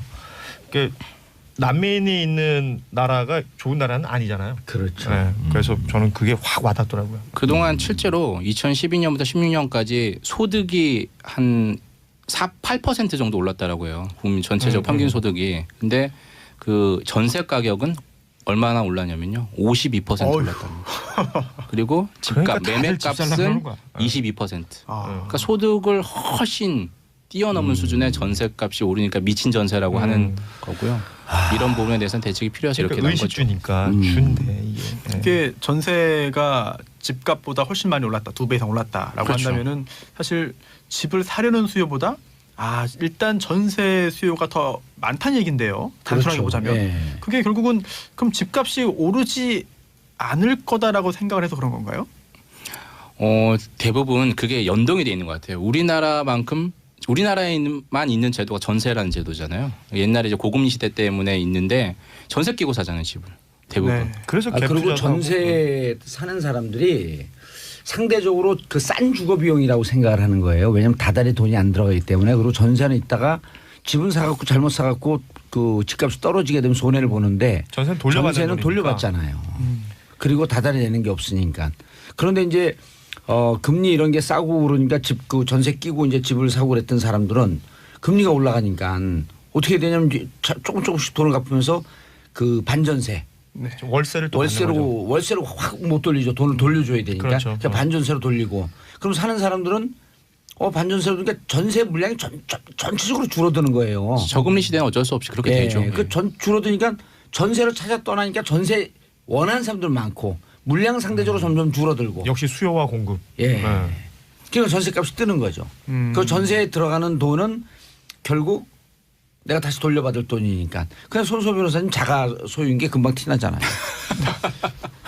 저도 뭐 전세 월세 다 해봤습니다. 네. 예, 그러면 자 세입자 입장에서 2년마다 오르는 집세, 전월세 상한제는 왜 빨리 안 되나 이제 이런 심정도 있잖아요. 그러니까 다 그렇죠. 세입자 심정에서는 박수를 치는 정책 아니에요? 지금 10명 중 4명 이상이 지금 전월세를 살고 있다라고 나오는데요. 그 전월세 상한제를 직접 못하는 거는 약간 이제 시장에 인위적으로 개입하는 게 있어서 일단 2020년까지는 이렇게 간접적인 방식으로 해보고 그때 가서도 전월세 가격이 안정이 안 되면 말씀하신 대로 전월세 상한제, 계약갱신 청구제 이걸 직접적으로 해보는 거죠. 이번 가장 이제 핵심은 이번에 집을 2채 이상 가지신 분들이 임대소득자들이 집을 어떻게 처리할 거냐 이 대책을 보고 과연 임대사업주로 등록을 할 거냐 아니면 집을 4월부터 이제 양도세가 중과세 되잖아요. 그 다주택자들 같은 경우에는 처분을 할 거냐, 아니면 자녀에게 증여를 할 거냐, 아니면 버티기를 할 거냐 끝까지 이 4가지 사지선다 중에 하나를 고를 거예요. 첫 번째가 뭐라고요? 저는 이렇게 등쳐서 잡아라를 딱 외울 수 있어요. 등쳐서 잡아라. 등쳐서 잡아라. 학교 애들 공부 잘하는 애들은 꼭 저런 걸 해요. 등록? 애들이 그런 애들 공부 잘하는 애들. 1번이 정부에서 원하는 임대사업주로 등록. 그다음 처분. 자녀에게 증여, 자녀에게 증여, 잡어. 등쳐 잡아라. 등쳐 잡어. 자녀에게 증여, 버는 버티기. 등쳐 잡어. 요 넷 중에 하나인데. 등쳐 잡어 이런 게 더 힘들다. 이거 직접 만든 조어예요, 등쳐 잡어. 만들어봤어요. 만들죠. 그러니까 정부가 원하는 순서대로. 대학은 어디 나왔어요? 저요? 예. 그냥 서울에 있는 대학 인서울. 인서울.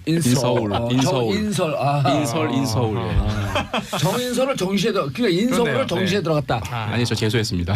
아니야 정시. 재수해서 정시에 들어갔네. 정식으로 그러니까 정인설 딱 맞네. 그러네요. 정문으로. 이름대로 살았네요. 그러니까 이게 정부가 원하는 순서예요. 1번. 등록해라. 아니면 처분해라. 아니면 그다음 3, 4번은 원하지 않는 방향이에요. 자녀에게 증여하는 것도 그거 좋아요. 왜 그러냐면 세금 많이 내거든요. 많이 냅니다. 근데 이제 한 40% 내죠. 근데 증여세 많이 공제가 되잖아요. 공제가 되긴 하죠. 양도세에 비해서. 그 기간별로 공제가 있습니다. 꼼수들이 생겨요. 그래서 항속 안 하고 증여를 하는 거잖아요. 근데 증여세가 공제가 돼요? 모든 세금에다 공제 부분이 있죠. 네. 그럼요.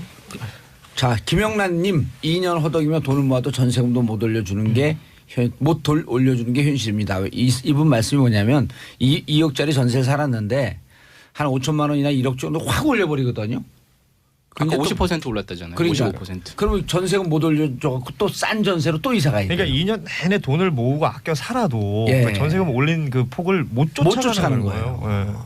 그래서 정부가 이제 지난달 말에 주거복지 로드맵이라고 해서 5년간 앞으로 5년간 100만 채 임대주택을 건설하겠다라고 얘기를 했죠. 근데 공급이 제 얘기예요. 갑자기 전세금을 6천만 원 올려달라 그래가지고 제가 6천만 원이요? 그래갖고 저는 약 오르고 화나서 빚내서 집을 산 거거든요. 그러니까 이런 분들이 많아요. 그러니까 차라리 계속 그러니까 매년 이렇게 오를 거면 어차피 집 산다. 뭐 언젠가 살 거 지금 빚이라도 내서 그리고 그 당시에는 이제 빚을 내기가 조금 용이했었기 때문에 그렇게 산 사람들이 많은데 금리가 오른대. 아우 미치겠네. 오늘 미국이 기준금리를 올렸죠. 아니 내년 3번 더 올린대요. 진짜 1번이요? 3번. 저 같은 사람들이 많을 겁니다. 앞으로 333이에요. 그래갖고 집값은 올랐어요 조금? 약간 오른 것 같긴 해요. 자 김종님, 김주용님 전 15년 전 받던 월급을 아직도 받고 있습니다. 이런 얘기 들으면 웃으면서 할 수 있는 내용이 아니에요. 이거 어떻게 그리고 특히 이게 수도권에 몰려 있고 지방은 또 공실이 엄청나요. 미분양 물량도 많죠. 미분양 물량도 많고. 네, 맞아요. 그러니까 이게 대통령이 지금 개헌하는데 지방 정부 차원에서 그러니까 지방 분권 시대를 열겠다는 거 아니에요? 그렇죠. 그래 갖고 지방에 좋은 일자리 있고 살기 좋고 그러게 되면 지방 아파트 싸잖아요. 근데 왜 안 사냐면 일자리가 없으니까. 일자리 없고 또 교육 문제 때문에 많이들 딸막거리시는데 결국 딸막거리는 거? 아니 이거 내려갈까 말까를 생각하시는 분들이 많은데요. 그게 딸막거리는 거예요? 처음 들었습니다. 딸막. 어디 사투리예요? 아니 이거 제 말이에요. 등쳐 잡자 같은 거야. 신조어를 잡아. 딸막. 아니 근데 저는 그렇게 생각해요. 그러니까 삶의 질이라는 것을 좀 따져 보면 그 삶의 질을 높일 수 있는 일자리나 교육 환경이 지방에도 만들어지면 지역에도 충분히 내려가지 않을까요? 좋아요. 그리고 이게 여기에서 자 좋은 대학 나와도 뭐 취업한데 인센티브 있다 이런 걸 없애는 사회가 돼야 돼. 그래서 블라인드 채용으로 넘어갑니다. 아주 그냥 진행이 유려하네요. 정말 너무 물 흐르듯이. 아니 그 13일 날 청와대에서 이번에 공개 채용했었잖아요. 그런데 블라인드 채용을 했었습니다. 그리고 5개 직군에 사람들을 뽑았는데 6명 뽑았죠. 경쟁률이 44대 1이었다고 해요. 44대 1. 그런데 블라인드 채용을 해서 그 결과적으로 뽑힌 분들이 6명 모두가 여성분들이었다. 그래서 이 블라인드 채용 얘기가 대학은 어떤가요? 그 블라인드니까 저는 모르죠. 아니 끝에 결과 나왔죠. 뭐 연세대 2명, 뭐 각 대학 1명씩 이렇게 나왔었죠. 다 인서울이에요? 아닙니다. 지방 대학도 꽤 있었고요. 제가 기억은 못 하는데 연세대가 2명이어서 제가 기억합니다. 통번역군이 있죠. 연세대였던 것 같아요. 그게 왜 그러냐면 정인설 기자가 연세대 나왔다는 뜻이에요. 그러면은. 아닌데요. 아무튼 뭐 제가 이제 체크 못한 거고요. 일자리 통계, 통번역, 문화해설 그리고 동영상, 포토 에디터 이렇게 5군의 그 직무군에 6명이 뽑혔는데 말씀하신 것처럼 학교 분포나 이런 것들은 좀 골고루 있었던 것 같고요. 이 블라인드 채용 얘기가 나온 게 결국은 그 공공기관들의 채용 비리가 문제가 되면서 공공기관들 그 블라인드 채용하자라는 얘기가 있었고 이 부분에 대해서 진행이 된 거죠. 그 대학 입시도 블라인드 입시하자라고 하는 얘기도 많이 나오잖아요. 뭐 얘기들은 지금 계속 나오고 있는 거죠. 이게 전수조사를 했었지 않습니까? 그 전수조사했을 때 이게 너무 좀 심할 정도다. 공공기관의 채용 비리가 2,234건. 그중에 이제 44건이 수사 의뢰가 돼 있는 거고요. 그러니까 이게 전수조사를 했는데 이렇다는 거 이게 중간 결과 발표란 말이에요. 그러면 계속해서 조사를 해보자면 5년간 조사했더니 2,000건이 넘는다. 그러면 제대로 따져보면 또 얼마나 더 있겠느냐. 그렇다면 적어도 앞으로는 이런 공공부문 혹은 뭐 민간도 마찬가지지만 채용 비리는 없어져야 되지 않겠느냐라는 자성책인데 문제는요. 이 블라인드 채용을 하면서 상대적으로 역차별을 받고 있다라고 주장하는 그 기존에 흔히 말하는 이제 고스펙자들, 고스펙자들은 우리가 역차별 받는 거 아니냐. 그리고 심지어 지난 그 학창 시절부터 그 좋은 스펙을 쌓기 위해서 내가 해왔던 노력들이나 뭐 내가 들였던 공이나 시간들이 오히려 반대로 그 감점의 요소가 되는 거 아니냐. 뭐 이런 그 주장들을 하는 부분들이 생기는 거죠. 어쨌든 뭐 블라인드를 하든 아니면 과거에 있었던 어떤 형태의 그 채용을 하든 이 모집 전형이라는 것에 있어서 공정성이 확보가 되지 않으면 이 얘기는 뭐 어떻게 해서든 왜냐하면 각자 입장은 또 다 따로 있는 거기 때문에 어떻게 해서 나올 것 같은데 이제 공정성이 확보가 돼야겠다 이런 생각을 해봅니다. 출신 대학을 보면요. 연세대 출신 2명, 숙명여대, 덕성여대, 서울예대 안산에 있는 거죠. 경일대 출신 각각 1명씩이었다. 그 채용을 담당했던 비서관이 뭐라 그랬냐면 자기가 기획재정부에 있었을 때 통상 임기제 공무원을 뽑으면 이번도 5년짜리 임기제 최대 5년이죠. 임기제 공무원을 뽑으면 서울대, 고대, 연세대 출신이 90% 이상 남성이 90% 이상이었다면서 애초에 블라인드 채용을 했다면 정말 실력 있는 사람들이 골고루 채용해 자기 역할을 할 수 있지 않았었겠나 하는 자괴감이 든다. 자괴감이 드는 게 아니라 이런 후회가 든다. 후회가 든다. 그리고 내가 이러려고 이명박근혜 정권 공무원을 했나 하는 자괴감이 든다라고 하는 건 제가 붙인 말입니다. 이게 이번에 6명 모두 여성이었잖아요. 다 여성이었어요? 6명이어서 여성이군요. 여풍이 센데. 6명에서 여성이래요. 그렇군요. 여전히 6명입니다. 제 그 회사에서 또 변호사들 여성명이에요? 공개 채용을 해보면은 정말 같은 조건에서 뭐 시험을 보든 아니면 뭘 하든 여성들이 더 뛰어난 결과를 얻어요. 손 변호사님이나 저나 큰일 났어요. 저는 그래도 저희나 손 변호사님 그래도 시대를 잘 태어나서 그럭저럭 해서 취직했는데 그나마. 아빠들이잖아요. 둘 다. 아들만 있습니다. 정말 힘들 것 같아요. 아니요. 우리 회사는 직원이 5명이거든요. 100% 여성이에요. 블라인드 채용해서. 아니요. 3분은 이제 그 식당에서 조리하시는 분이니까 여성이고요. 그것도 성차별적이에요, 사실. 아니요. 남성일 수도 있는 거죠. 최근 남성들도 왔다가 못 버티고 다 나가요. 왜냐하면 무거운 건 다 남성들 들라 그러니까 다 나가고 그 여성 2명은 이제 격리 파트인데 꼼꼼하게 일을 하잖아요. 네. 근데 남성 2명 있었는데 다 나가더라고. 아. 예. 그래서 제가 왜냐면 사장이 우리 집사람 여성이니까 약간 성차별이 있는 것 같아요. 아니 이게 채용하다 보면은 왜 여성이 뽑힐까 생각한 결과 이게 뭐 제가 남성이라서 여성을 우대해서 뽑는 건 아닌 것 같고 결국은 객관적인 그런 그 숫자로 표현된 거를 보면은 여성들이 뛰어나요. 그런데 이번에 블라인드로 했는데도 불구하고 여성이 다 차지했다라는 걸 볼 때는 그거 정말 여성이 더 우월한 건가 하는 생각이 들기도 하고 아니면은 남성 여성이 몇 명인지를 아예 따질 필요가 없어야 되는 것도 맞는 것 같아요. 그래서 따질 필요가 없어요. 그리고 저는 이제 듣는 게 제 경험에 따라서 일반화된 얘기는 아닌데 저희는 이렇게 면접을 보다가 우린 블라인드 채용 뭐 이런 거 안 하는데 면접을 보다가 전공이 이제 행정직 일반직인데 예체능, 미술, 음악, 체육 전공한 사람들 무조건 뽑아요. 왜냐하면 일을 멀티로 시켜야 되는데 이 예체능 한 분들이 멀티에 능해요. 그리고 아주 센서티브하고 그러니까 그 예민해갖고 일을 잘하더라고. 고용주의 성향과 맞으면 굉장히 또 두각을 나타낼 수 있죠. 정말. 그렇죠. 그러니까 이게 어차피 대학에서 배운 거는 직장 나가고 또 새롭게 시작하는 거거든요. 그럼요. 예를 들어갖고 그 한겨레 특종 빵빵 터뜨리는 서영지 기자 상명대 영화과 출신이에요. 법조 출신인데 그 독특하지 않은 게 기사를 아주 섬세하게 써요. 취재도 섬세하게 하고 은큼하게 눈 깜빡깜빡하고 다가가고 너무 편해하시는 거 아니에요? 아니 진짜 특종을 많이 터뜨리니까. 알고 있습니다. 전 서영지 기자는. 제 밑에 그 일 아주 잘하는 여자 변호사가 한 명 있는데 재료공학과 출신입니다. 재료공학과 출신의 변호사. 잘하더라고요. 일을. 그 정도로 무슨 거기 그 공장이에요? 네? 공장이에요.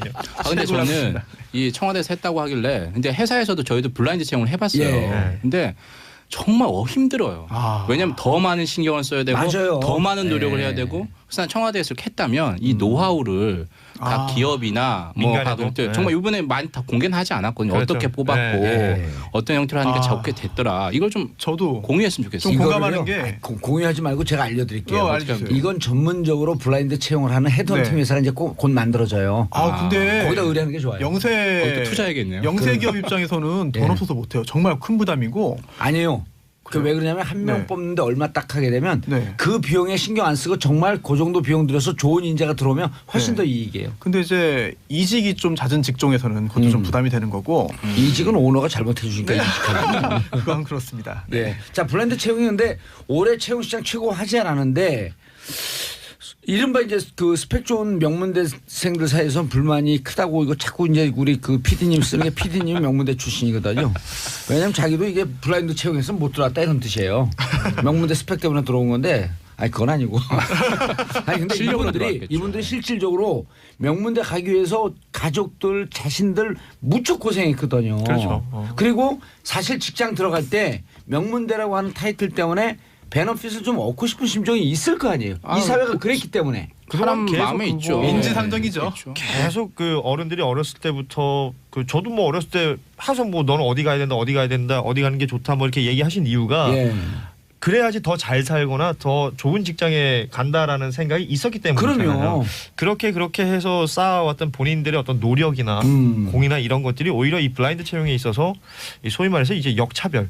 본인들이 생각하기에는 그럴 수도 있다. 있죠, 그렇죠. 근데 이제 인서울대학 있는 사람들 다 그런 심정일 거예요. 뭐 인서울도 인서울이면 우리 흔히 말하는 스카이라든지, 뭐 그 누가 봐도 좋은 스펙이라고 생각할 수 있는 분들. 뭐 예를 들면 이번 청와대 예를 들어봐도 그 지금 사진으로 유명한 학교가 있어요. 그곳에 출신인 분이 이번에 채용이 된 거거든요. 그러면 그것도 결국은 그쪽 스펙을 본 거 아니냐라는 지적들도 있다는 거죠. 그러니까 말하자면 이게 모집 전형 자체가 공정하냐 그렇지 않느냐에 대한 문제가 우선은 먼저 체크가 되고, 그러니까 거기서 그러면 소위 말하는 명문대 나왔다고 해서 베네핏을 받았느냐 말았느냐, 그리고 그게 공정하냐 그렇지 않느냐, 이런 것들이 따져져야 될 문제지. 그렇죠. 뭐 출신을 따진다든지 아니면 스펙을 따진다든지 이게 우선시되는 모집 전형 자체가 문제가 있는 거죠. 그 명문대 들어갈 정도는 일단 기본 그 내용 그 실력들이 있는 거 아니에요? 근데 저는 여기서 그것도 따지고 싶어요. 명문대 들어갔다고 해서 우수한 인재다. 뭐 이렇게 또 딱 못 박아 버리는 것도 굉장히 좀 문제가 될 수 있지 않을까. 알겠습니다. 자. 내일 오후 2시 공개 방송입니다. 정말 많은 분들이 신청해 주셨고요. 당첨된 분들에게 개별 연락 드렸습니다. 1시 30분부터 입장 선착순입니다. 빨리 들어오셔야 좋은 자리고요. 늦게 오시면 바닥에 앉습니다.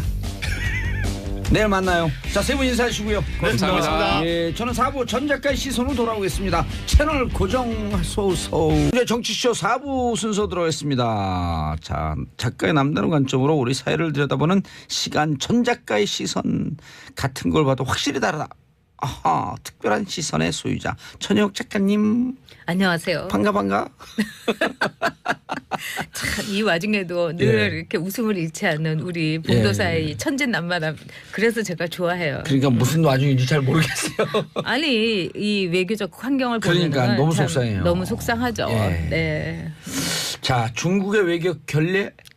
그리고 난징 대학살이 대체 뭐기 때문에 이런 이야기를 우리가 물론 같은 이제 한 대한민국의 국민으로서 문재인 대통령 홀대받는 게 예. 속상하고 화나고 막 그렇죠.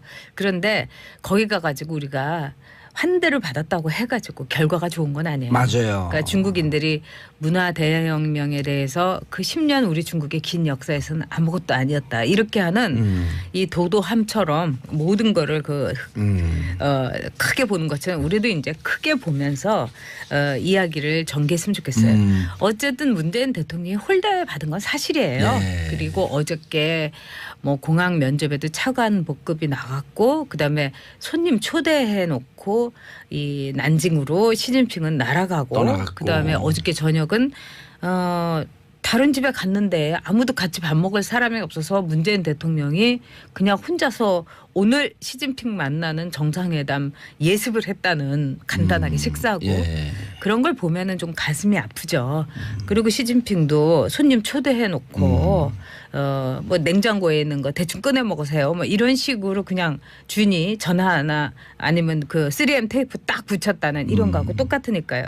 그러니까 그 중국에 초청으로 간 거 아니에요? 그렇죠. 네, 국빈 방문이에요. 그리고 예. 국빈 방문은 스테이트 국빈 방문이면 정상적으로는 그렇죠. 장관이 나와야 되고. 그럼요. 그러니까 굉장한 결례인데 예.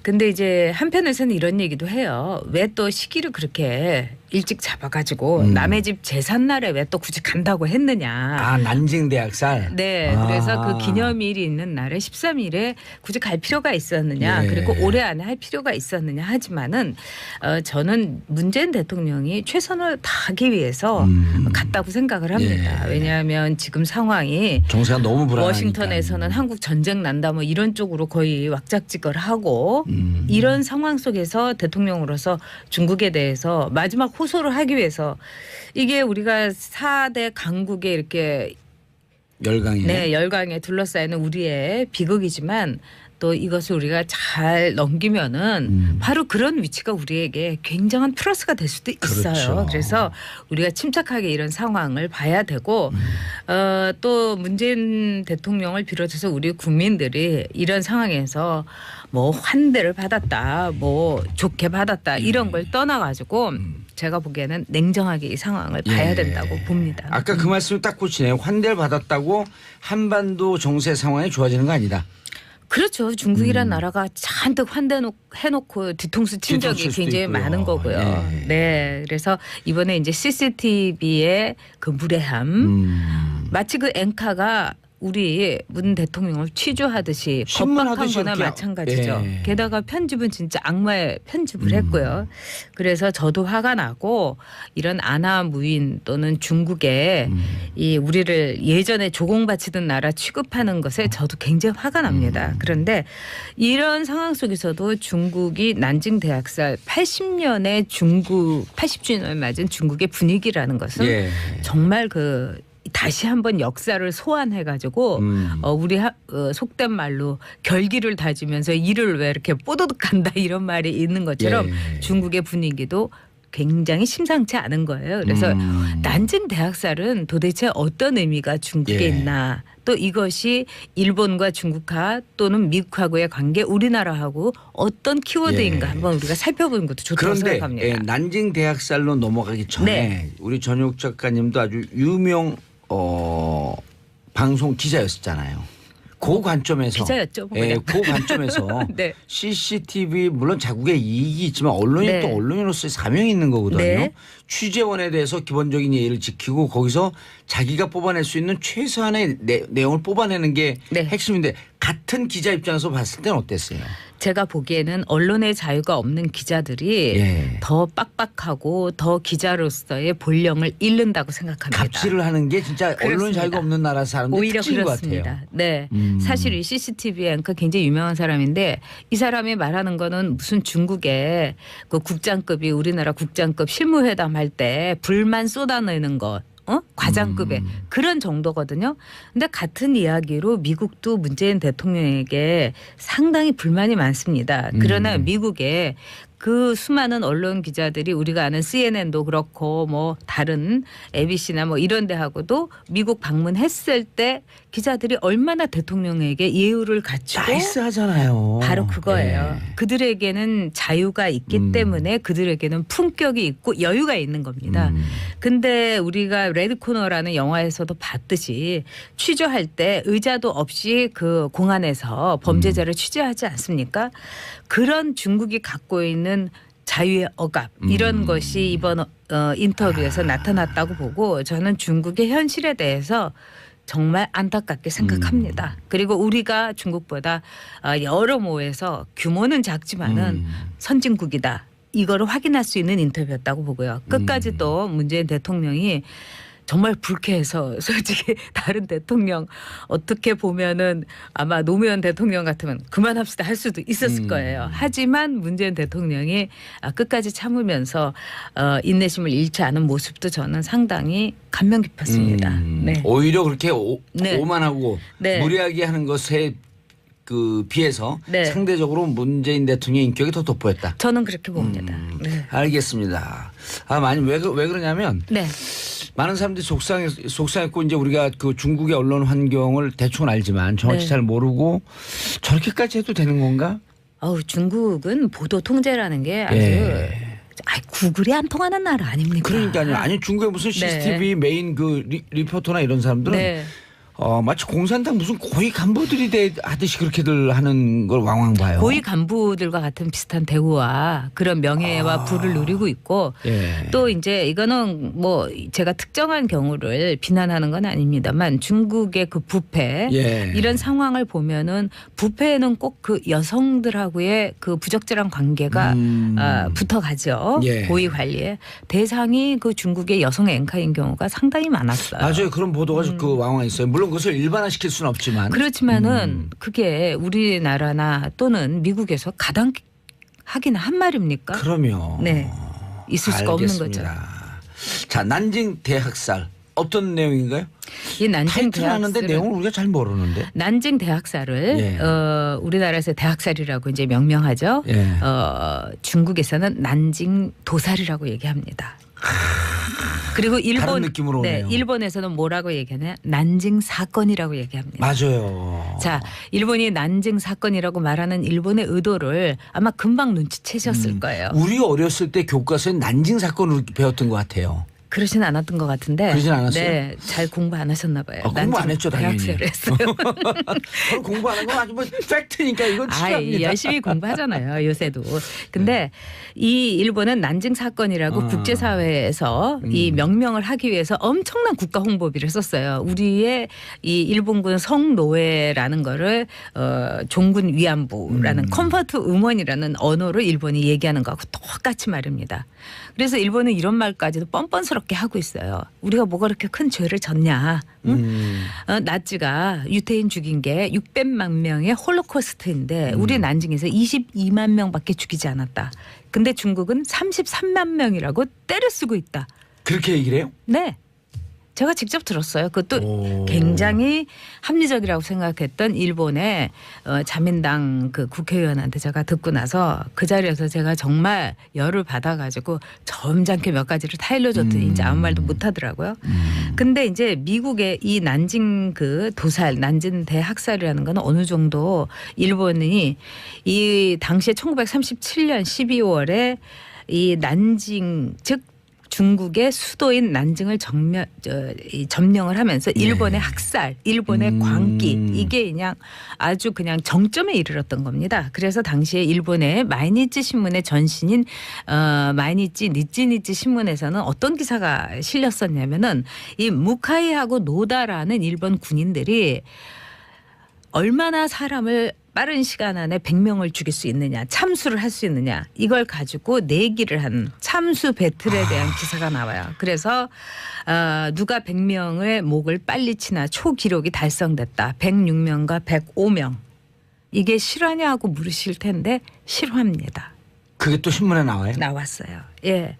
이 정도로 그래서 이제 미국의 언론들은 뭐라고 하냐면 인류의 역사에서 가장 끔찍한 사건 중에 난징 대학살이 들어갈 것이다. 이렇게 얘기하고 그 당시에 난징이 정말 길바닥이 피로 뒤덮였다 이런 말이 있습니다. 그래서 중국인들에게 이거는 엄청난 큰 이 상처예요. 근데 이 난징 대학살을 미국에서는 뭐라고 표현을 하냐면은 난징의 레이프, 난징의 강간이다 이렇게 얘기를 합니다. 이 레이프라는 게 이제 성폭행이라고 우리가 언론에서 순화하지만 강간이라는 커다란 이 틀에서도 얘기를 하지만 중요한 거는 뭐냐면 이 모든 학살 이거는 최정점이 강간이에요. 사실은 전쟁이 일어나면은 가장 피해를 보는 것은 여성입니다. 그리고 일부러 집단 강간도 하죠. 그래야지 공포를 확산시키면서 공포감 때문에 지배할 수 있다는. 그래서 종군 일본군 성노예라는 것이 일본의 국가에 의한 집단 강간인 겁니다. 우리가 절대로 잊어서는 안 되는 거예요. 그런데 이 당시에 이 레이프라고 난징의 레이프라는 말을 미국인들에게 아주 각인시킨 용감한 여성이 있었어요. 이 여성은 1997년에 난징 강간 즉 제2차 세계대전의 대학살 대참상이라는 책을 썼어요. 이 여성이 아이리스 창이라는 여성이에요. 이 여성은 이제 미국에 이민 온 대만계 중국인이었습니다. 그래서 미국에서 교육받고 하다가 정말 저널리즘을 전공하다가 이 진실을 일본이 그동안 돈과 그 인력을 통해 가지고 덮었던 이 진실을 발견하고 미국인들에게 알리기 위해서 목숨을 걸고 이 책을 썼어요. 이 책이 뉴욕타임스에서 거의 석 달 넘게 베스트셀러였고 당시에 영부인이었던 히러리가 이 백악관으로 아이리스 장을 초대해가지고 얘기를 들었어요. 일본이 이때 뒤집어 엎어졌었습니다. 네, 그리고 막 항의하고 난리가 났었죠. 근데 여기에서 아이리스 장은 왜 사람이 이렇게 왜 굉장히 젊은 여성이었고 30대 초반에 그러니까 너무나 기가 막힌 거를 이 인터뷰를 하면서 다 적다 보니까 그게 이제 내재화돼서 이 여성이 신경쇠약에 걸리게 된 거예요. 왜냐하면은 너무 끔찍한 얘기를 저도 이제 그러니까 중국에서도 그렇고 한국의 그 일본군 성노예 할머니들을 만나서 그 얘기를 들으면은 정말 그날 잠이 안 오는 거예요. 그래서 신경쇠약에 걸렸고 또 두 번째는 일본의 이른바 우익들이 이 아리스 창을 뭐 죽이겠다 어떻게 하겠다 남편을 어떻게 하겠다 엄청난 협박의 블랙메일을 보낸 거예요. 그래가지고 신경쇠약이 도져가지고 결국은 자살했어요. 우울증이 심하게 그렇죠. 왔었겠네요. 자동차 안에서 이렇게 권총으로 자살했는데 참 이 모든 것이 비극이죠. 그래서 이 과정을 이렇게 볼 때 일본이라는 나라가 갖고 있는 도덕성 이거는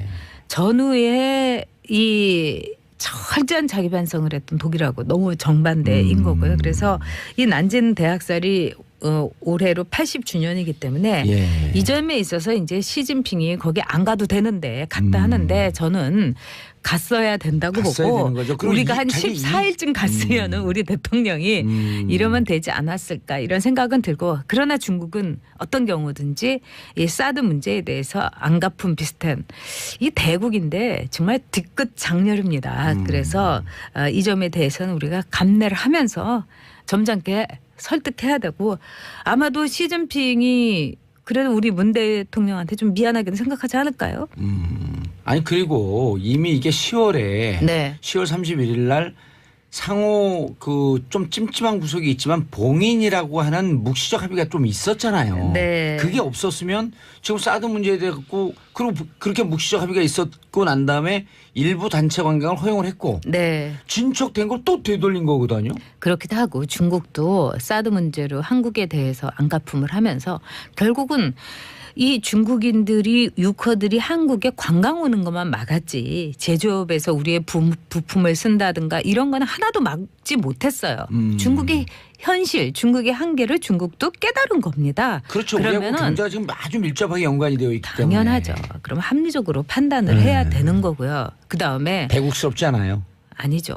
예. 그리고 중국도 제가 보기에는 너무나 이제 근 100여 년 동안 정말 우리나라가 중국에 이번에 취급받은 것보다도 더 못한 취급을 서구 열강에 받았던 것 아닙니까? 그렇죠. 그래서 굉장히 쪼그라들었다. 그래서 우리도 좀 너그럽게 중국을 봐줘가면서 우리가 이렇게 이런 대우를 받은 거에 대해서 그러나 우리는 잊어서는 안 된다고 봅니다. 그리고 우리가 통일이 된다든지 하게 되면은 중국이 지금처럼 우리를 이렇게 무참하게 없으면 못 이길 겁니다. 그러니까 우리도 이렇게 취부책에는 적어놓고 그러나 표정 관리를 해야 된다고 봅니다. 아니 근데 그 전 작가님 문화적으로도 또 상당히 조예가 깊으시잖아요. 근데 지금 우리가 땅덩어리 작고 인구수 작고 그러면 상대적으로 경제적인 면에서 그 중국이 더 그 큰 규모로 성장을 하고 있지만 문화적으로는 우리가 더 대국 아니에요?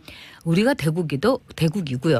우리가 이제 통일 과정만 정말 합리적으로 독일의 그 반문 교사를 삼아서 잘만 한다면은 우리는 이른바 제4차 대혁명 AI 시대의 승리자가 될 수도 있다고 봅니다. 저는 굉장히 늘 이제 낙관적인데 그 유발 그 할라리도 그랬잖아요. 앞으로 북한이 그 남한이 이제 잘 이것만 해주고 통일을 되면은 엄청나게 잘해줄 수 있을 잘 될 수 있을 거다. 왜? 지금 이제 이 전 세계 국가는 AI라는 이 어마어마한 혁명에 이걸 리셋하려면은 뭘 버릴 것도 많고 손질할 것도 많고 말하자면 이제 살고 있는 아파트 리모델링하는 것처럼 힘든데 그러니까 힘이 들지만 근데 북한은 뭐 때려부시고 할 것도 없고 그냥 맨바닥에 아무것도 없으니까 그래서 북한이 앞으로 제4차 대혁명에서 통일 후에 한국이 설계도만 잘 그린다면은 굉장히 가능성이 있다.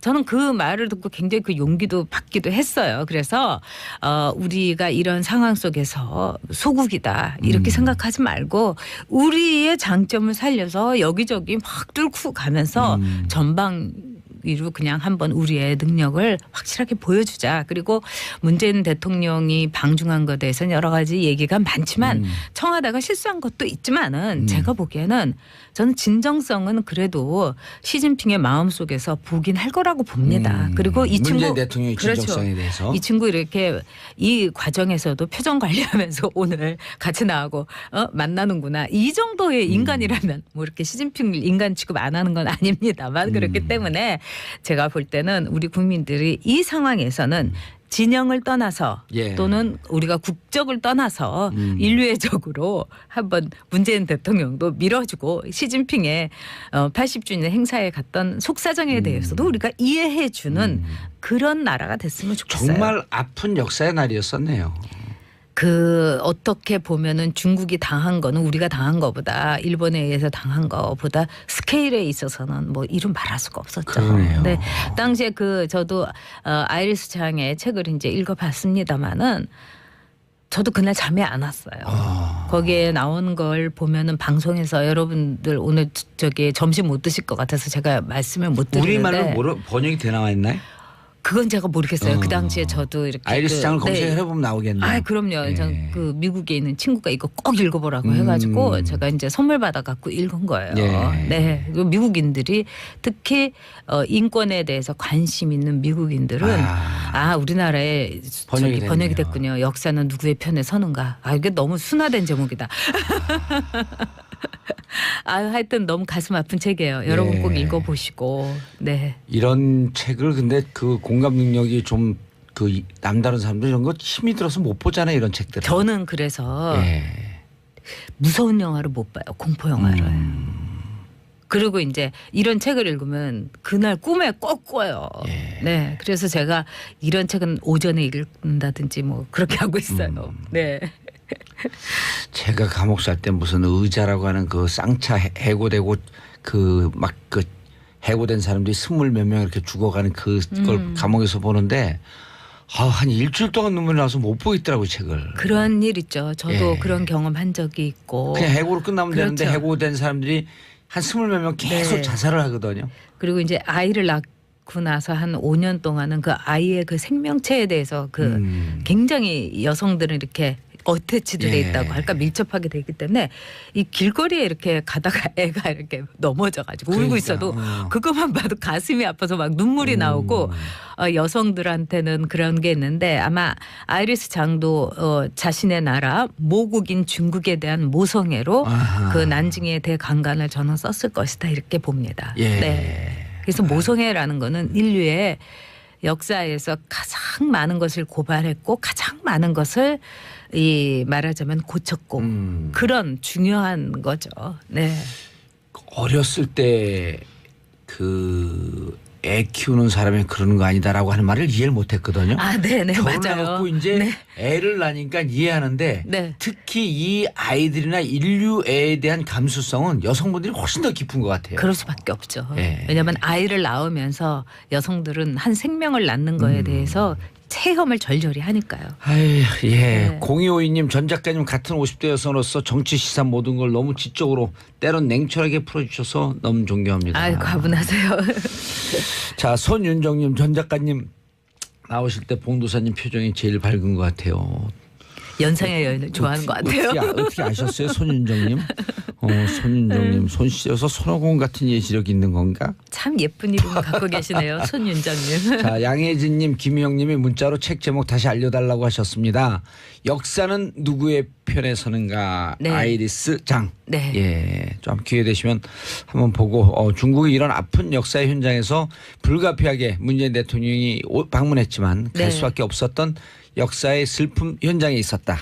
그렇죠. 예, 그리고 문재인 대통령이 이제 이 난징 대학살에 대해서 예. 이 노대사도 보내고 예. 그다음에 우리는 아픔을 공유한다 이런 말씀은 우리가 오히려 대국이라는 이렇게 홀대 받는데도 불구하고 그럼요. 그런 점잖은 예. 말씀을 했다는 거 저는 굉장히 적절했다 이렇게 생각합니다. 막 무리하게 군 사람 앞에 그 무리함을 당한 사람이 충분히 이해할 수 있어. 이럴 때 얼마나 멋져요. 그렇죠. 나 열받았어. 뭐 예. 이거 뭐야 이렇게 할 수도 있는 거 아닙니까? 알겠습니다. 너무 결례를 했으니까요. 예, 전 홀대를 작가님 했고요. 인사하시고요. 네, 다음 주에 또 뵙겠습니다. 예, 날씨 저는- 추운데 건강 조심들 하시고요. 예, 저는 내일 오전 10시 5분에 다시 돌아오겠습니다. 평화를 사랑하는 대한민국 국민 여러분 감사합니다. 땡큐. 피스.